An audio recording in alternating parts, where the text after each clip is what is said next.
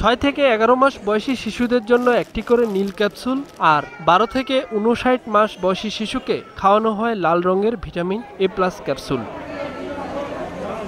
সারা দেশে 1,20,000 স্থায়ী কেন্দ্রে এবং 20,000 ভ্রাম্যমাণ কেন্দ্রে শিশুদের ভিটামিন খাওয়াতে নিয়ে আসেন মা বাবা।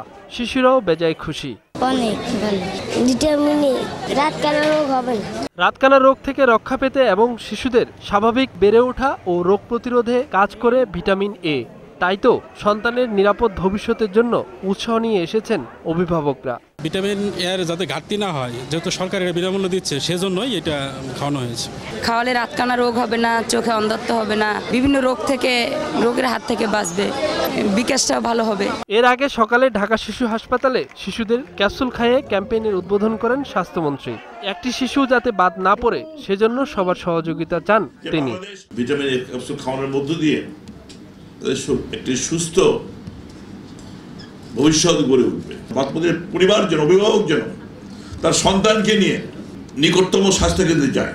দেশের দুর্গম ও প্রত্যন্ত এলাকা যাতে এই কার্যক্রম থেকে বাদ না যায় সেজন্য আরও 4 দিন বিশেষ ব্যবস্থায় এই ক্যাম্পেইন চলবে। এবার 2,25,000 শিশুকে ভিটামিন এ ক্যাপসুল খাওয়ানোর পরিকল্পনা সরকারের। মোহাম্মদ নুরুন নবী, 21 টেলিভিশন, ঢাকা।